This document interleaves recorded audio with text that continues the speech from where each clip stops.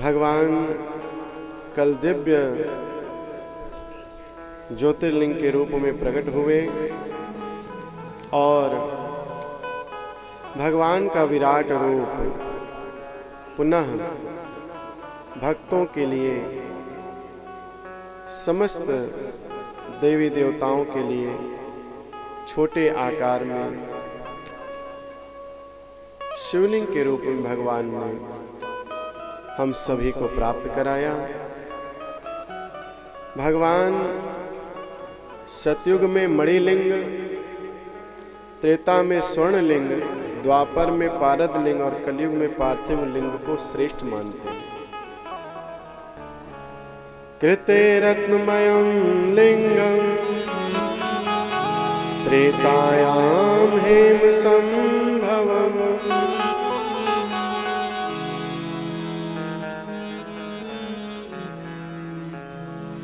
द्वापरे पारदं श्रेष्ठं पार्थिवं तु कलौ युगे। सतयुग में भगवान मड़ियों में स्थापित होते थे, मड़ियों की महानता थी। उसके पश्चात त्रेता में भगवान स्वर्ण के लिंग के रूप में अधिक महत्व रखते थे। द्वापर में पारद का शिवलिंग और कलयुग में पार्थिव शिवलिंग। जो हम हाथ से बनाते हैं शिवलिंग, उसको पार्थिव कहते हैं, अपने हाथों द्वारा निर्मित किया हुआ। कल हम सब लोगों ने ये भी जाना कि आटे का, गेहूं का, पुष्प का, मिट्टी का, गाय के गोबर का, अन्य पदार्थों से भी, मक्खन से, इनसे भी पार्थिव शिवलिंग का निर्माण किया जाए। यथा सर्वेषु देवेषु ज्येष्ठः श्रेष्ठः महेश्वरः एवं सर्वेषु लिंगेषु पार्थिवं श्रेष्ठमुच्यते। जैसे सभी देवताओं में श्रेष्ठ भगवान शिव जी कहे जाते हैं, ऐसे ही सभी लिंगों में भगवान का पार्थिव शिवलिंग श्रेष्ठ कहा जाता है। कई लोग पारद का शिवलिंग घर में रखते हैं। पारद के शिवलिंग की उपासना सबको नहीं करनी चाहिए। कुछ विशेष नियम हैं जिनके अनुसार ही पारद के शिवलिंग की उपासना होती है। पहला, पारद का शिवलिंग, बेल का पेड़ जानते हो, जिससे बेल निकलता है, बिल्व पत्र जो भगवान शिव को चढ़ाया जाता है। तो पारद का शिवलिंग इतना उष्ण होता है कि उसके लिए उसका जो अर्घा बनाया जाए वो बेल की लकड़ी का बनाया जाए, तब उसका महत्व पूर्ण होता है। दूसरा, ब्राह्मण के लिए, क्षत्रिय के लिए विशेषकर पारद का शिवलिंग उपासना के निमित्त प्राप्त होता है। वैश्य आदि भी उपासना कर सकते हैं, लेकिन घर में रख करके उस स्वरूप के विग्रह की पूजा जो नियम है उस नियम से की जाए।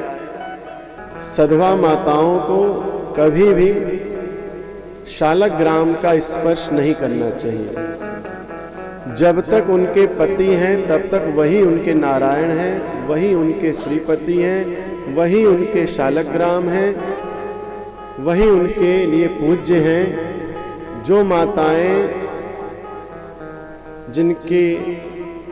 जिनके पति का शरीर है, उनको कभी भी शालग्राम का स्पर्श नहीं करना चाहिए। शालग्राम का स्पर्श पुरुष वर्ग किसी भी जाति का किसी भी वर्ण का और विधवा माताएं जिनका वैधव्य है, पति का शरीर पूर्ण हो गया है, वो भगवान शालग्राम को ही अपने पति के रूप में उपासना करें कि यही हमारे पति हैं, यही सर्वस्व हैं। अच्छा, शालिग्राम नहीं होता है, साला साली नहीं है भगवान, शालग्राम। कई पंडित जी लोग भी कहते हैं शालिग्राम ले आओ, तो क्या है? शालग्राम। और ऐसे बहुत सारी बातें हैं। हमारे परम पूज्य गुरुदेव भगवान के रूप में ज्योतिष पीठाधीश्वर जगद्गुरु शंकराचार्य स्वामी श्री वासुदेवानंद सरस्वती जी महाराज आपकी जब प्रयाग कुंभ में उनकी चरण शरण में हम थे, सेवा कर रहे थे, तो हमने कहा रे हमको भी एक आपसे चाहिए। गुरु के हाथों से शालग्राम मिले, भगवान शिव का विग्रह मिले, भगवान ठाकुर जी का विग्रह मिले, बहुत बड़ा भाग्य होता है। तो अब आप हमको भी एक दीजिए। तो बोले पहले मिले तो हमको। अरे हमने कहा आपके पास कमी है क्या? बोले अच्छा दे देंगे, ढूंढवाएंगे कहाँ रखे। मतलब उनका ये मतलब था कि अभी तुरंत नहीं देंगे, बाद में देते हैं। थोड़ा दिन बीता, एक दिन हम फिर पुनः गए थे भेंट करने। फिर हमने बोला, हमने कहा वो शालग्राम हमारे, बोले ले आओ वहां रखे थे। तो ये जो चक्राकार है, गोमती चक्र वाले, ये गुरुदेव भगवान से प्राप्त हुए। यदा नदीषु सर्वासु ज्येष्ठा श्रेष्ठा सुरापदा तथा सर्वेषु लिंगेषु पार्थिवं श्रेष्ठमुच्यते। जैसे पुरियों में काशी सबसे श्रेष्ठ है, उसी के समान भगवान पार्थिव सबसे श्रेष्ठ है। प्रकृत्य पार्थिवं लिंगम योन्य देवं प्रपूजये वृथा भवति सा पूजा स्नानां दानादिकं वृथा। पार्थिव शिवलिंग का पूजन करने के बाद या किसी भी मंदिर में भगवान शिव की पूजा के बाद फिर किसी देवता की पूजा नहीं करनी चाहिए। ये स्पष्ट कहा गया है कि उसके बाद की हुई पूजा, दान, कुछ भी वो आपका व्यर्थ हो जाएगा, उसकी गिनती पुण्य में नहीं मानी जाएगी। तो इसलिए जितने देवताओं की पूजा उपासना करनी पहले सबकी कर लीजिए और फिर शिव जी की कीजिए। अच्छा, हम अपना क्रम बताएं, हमारी खोपड़ी उल्टी है। हमको भगवान शिव हमारे इष्ट भी हैं, हमारे सर्वस्व हैं, वही सिद्धांत है, उन्हीं की परंपरा है। गुरु जी की प्रतिमा का पूजन हमने किया और फिर शिव जी का पूजन करता हूं और फिर बाकी जितने वहां स्थापित देवता उनकी पूजन करता। तो क्रम तो गड़बड़ा गया, क्योंकि यहाँ लिखा है कि बाद में शिव जी की पूजा के बाद। तो हम क्या करते हैं, शिव जी का पूजन करके, सबका पूजन करके और फिर से शिव जी को जाके, समी पत्र है, बिल्व पत्र है, पुष्प है, ये कुछ भी जो शेष बचा है उसको ले जाके शिव जी पे चढ़ा करके प्रणाम कर लेते। तो इसका मतलब कि हमने भगवान शिव से अपनी पूजा को संपुट कर दिया। पहले भी शिव जी, बाद में भी शिव जी, तो जाएगा कहाँ? सब पूजन हमारे पास ही आएगा, कहीं जाने वाला नहीं। तो आप सब लोग प्रवेश करें मंदिर में तो सबसे पहले नंदी भगवान की पूजा करें। कुबेर की मूर्ति हर जगह नहीं होती है, लेकिन कुबेर भी भगवान के मित्र रूप में स्थापित हैं। अभी उनकी मित्रता की भी चर्चा इसी ग्रंथ से आप सबको प्राप्त होगी। उनको इस प्रणाम करें, स्मरण करें, वीरभद्र को प्रणाम करें और उसके पश्चात प्रवेश करके फिर माता पार्वती से लेकर, पहले तो गणेश जी को प्रणाम करें, पूजन करें, फिर कार्तिकेय जी को, माता पार्वती को। एक बात और, आप सब लोग भी जहाँ कभी यज्ञ अनुष्ठान करते होंगे और यहाँ भी जो लोग प्राप्त कर रहे हैं सेवा, उन लोगों ने पूजन करते समय हमेशा ये देखा होगा कि जो प्रधान वेदी है उस वेदी का पूजन सबसे अंत में किया जाता है। पहले बाकी सब वेदी में स्थापित देवताओं का पूजन होगा, लेकिन सबसे आखिरी में जो प्रधान मुख्य वेदी है, जिसमें जिस देवता की उपासना के निमित्त उस वेदी में स्थापित किया गया है उनको, उसकी उपासना सबसे बाद में की जाती है। जैसे बारात लेकर जब कोई जाता है तो दूल्हा कहाँ होता है? सबसे पीछे। तो शुरू में चाचा ताऊ ये वो सबके भेंट होते हैं, भेंट व्यवहार किया जाता है, माला पहनाया जाता है, टीका किया जाता है। अब तो नहीं होता ये सब, बहुत कम हो गया। अब तो स्वागत के लिए द्वारपाल खड़े रहते हैं, परिवार वाले नहीं दिखाई देते। हाँ, किराए के द्वारपाल खड़े हो जाते हैं। और अब तो ठीक है। अरे हम बहुत पुराने नहीं हैं, ऐसा मत सोचा करो गुरुजी, मतलब 70-80 साल के तो होंगे ही, ऐसा नहीं है, इतने पुराने नहीं। लेकिन परंपराओं को जानते हैं, क्योंकि हम अपनी जब हमारा बाल काल था तो उस समय बहुत सारे परिवार के विवाह में जब जाते थे उन चीजों को देखते थे।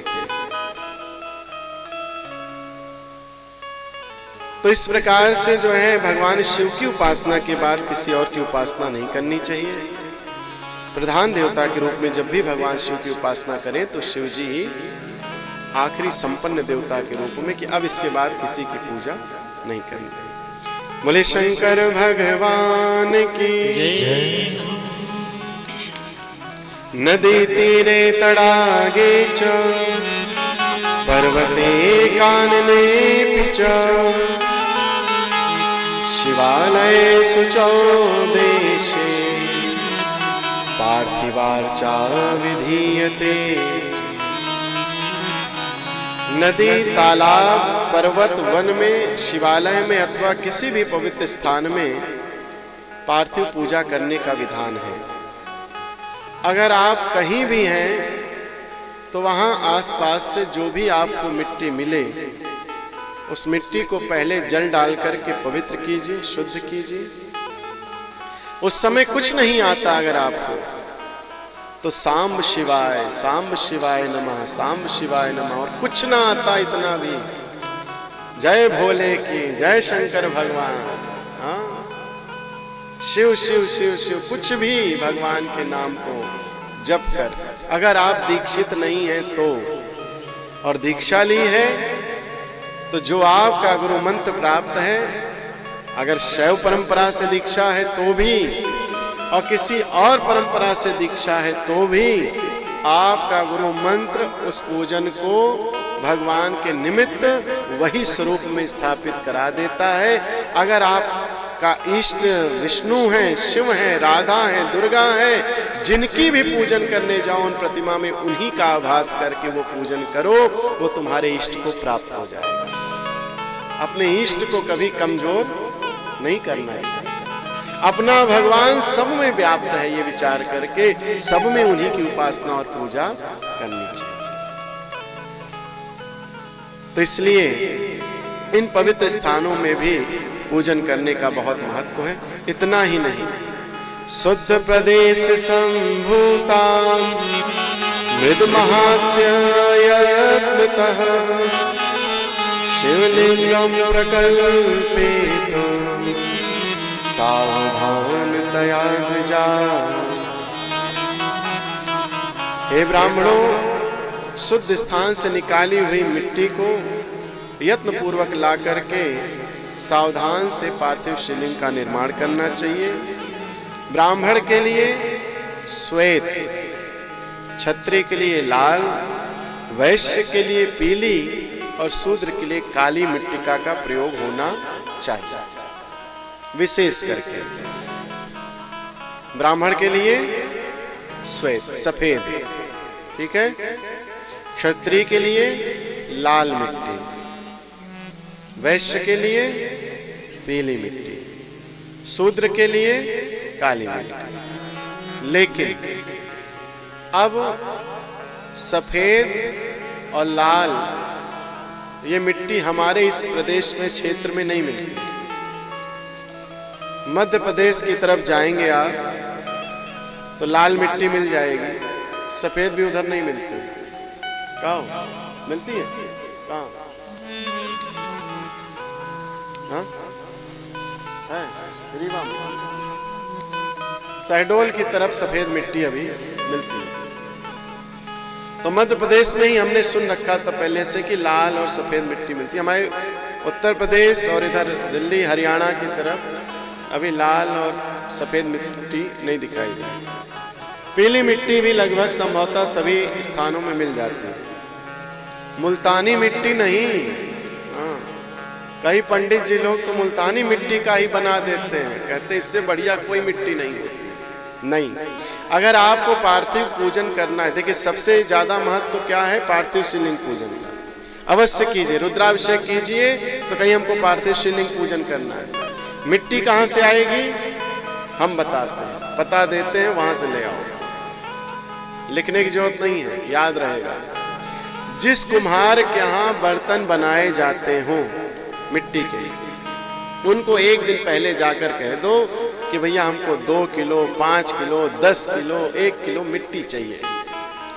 पार्थिव शिवलिंग इतने बड़े से लेकर के और हमारे इस पांडाल से भी बड़ा बनाया जा सकता है।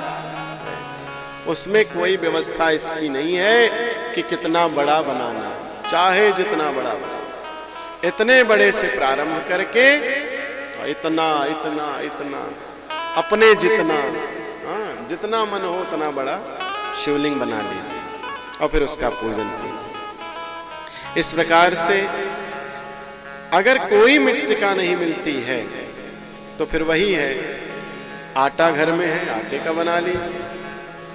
कुछ नहीं है तो कल हमने बताया कि अंगुष्ठ मात्र आपका दाहिना अंगूठा भगवान शिव का स्वरूप है। और शिव भक्त कहीं भी रहे उसको बिना शिव जी को जल चढ़ाए जल पीना नहीं चाहिए।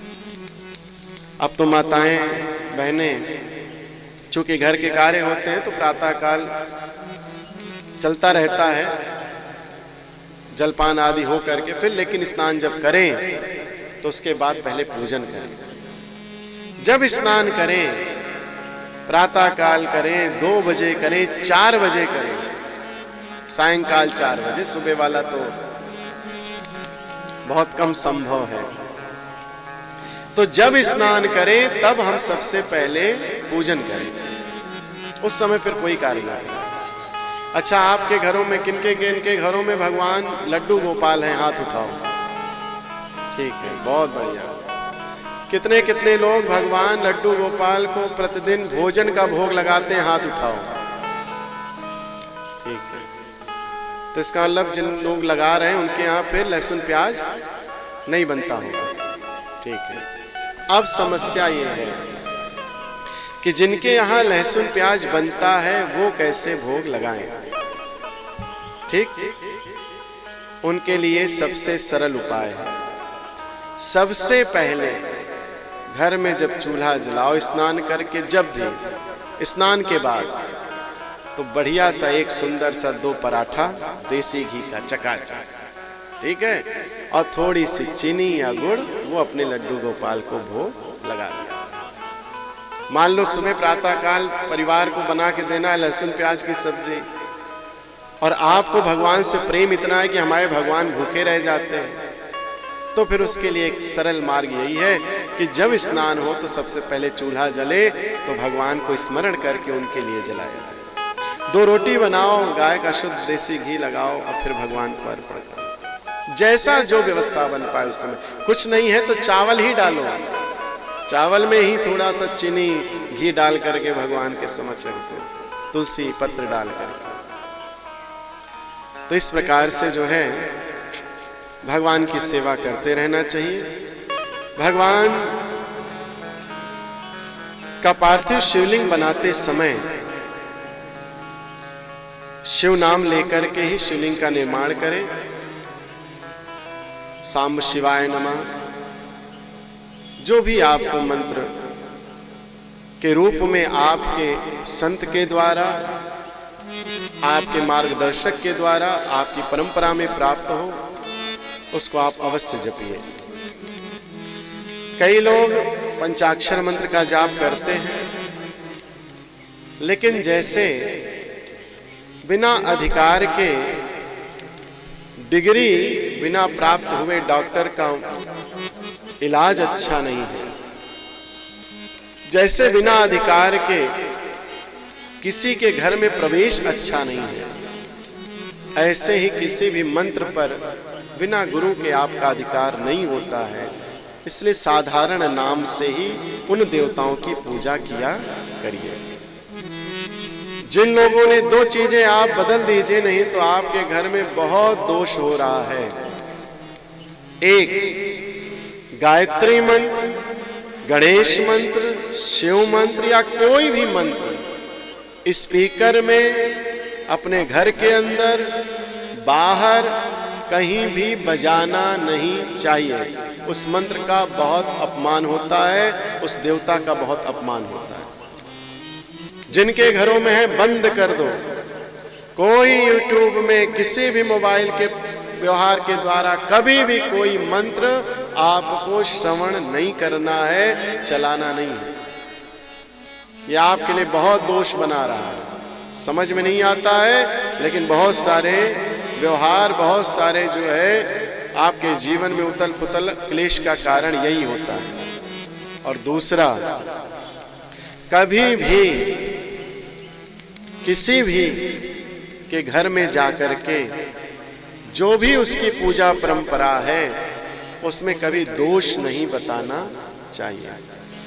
कभी जाएं, किसी के यहाँ कोई पूजा पद्धति चल रही है, आप देख लें। आपको अगर उस समय लगता है कि इनकी पूजा में कोई त्रुटि है तो उस समय नहीं कहनी चाहिए, बाद में उनको बुलाइए और कहिए कि आप ये जो पूजा कर रहे हैं इसमें ये नियम ठीक नहीं है। ठीक है।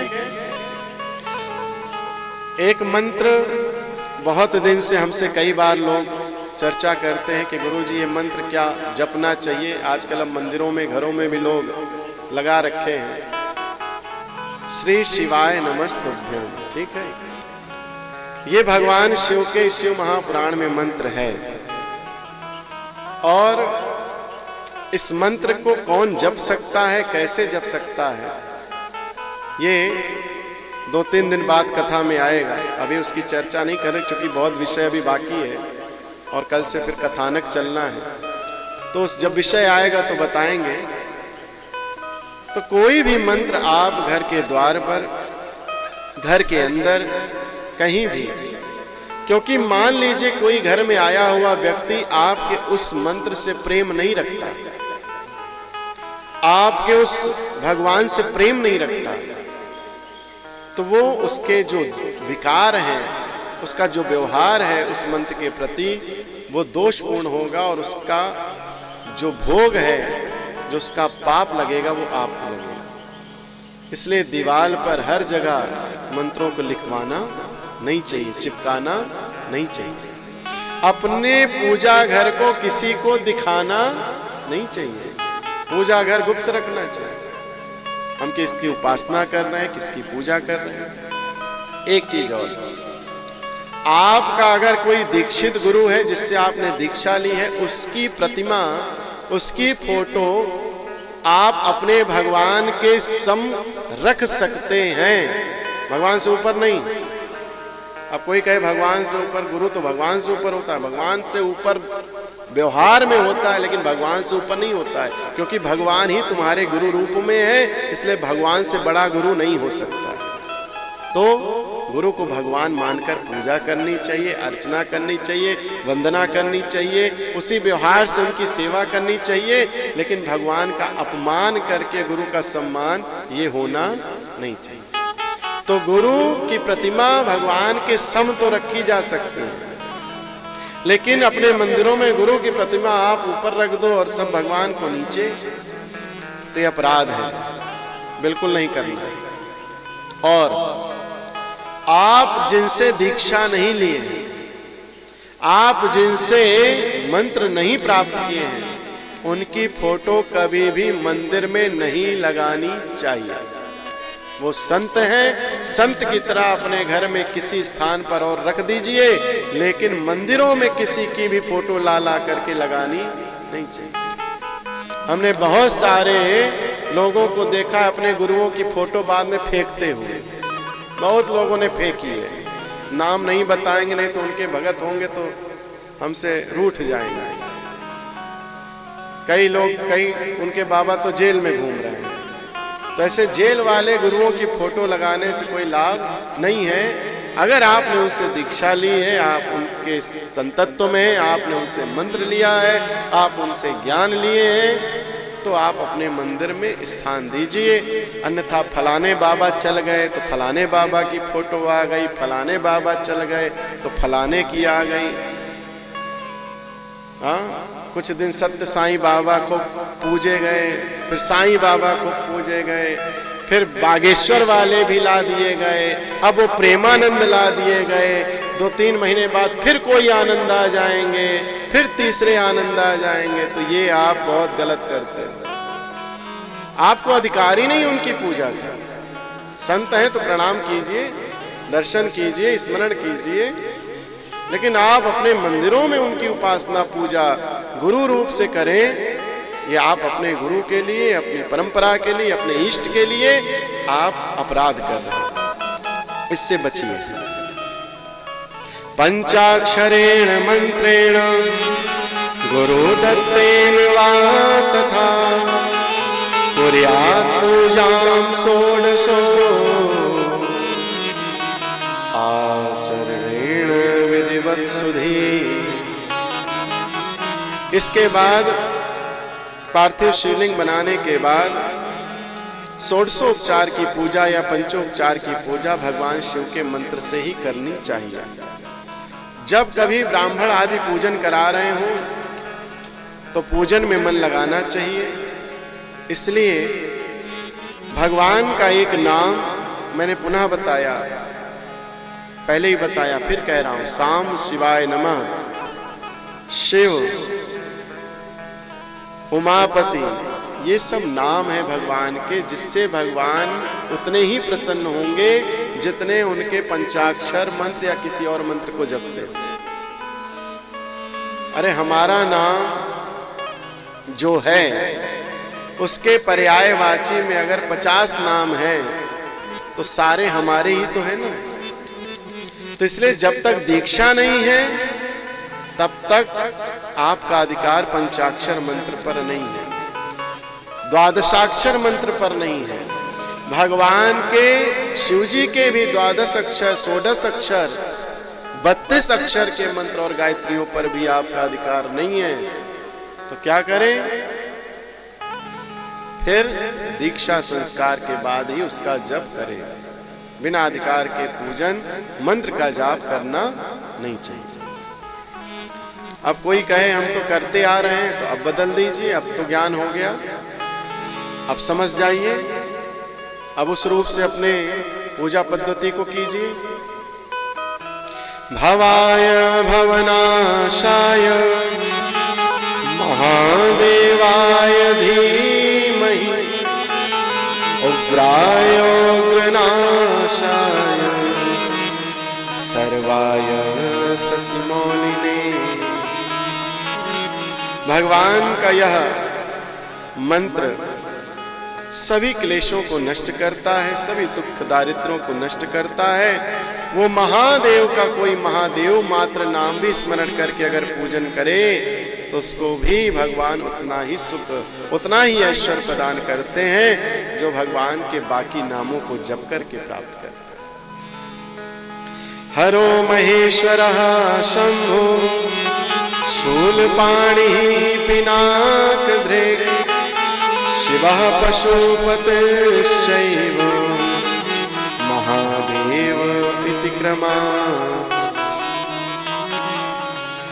भगवान के 8 मुख्य नाम हैं।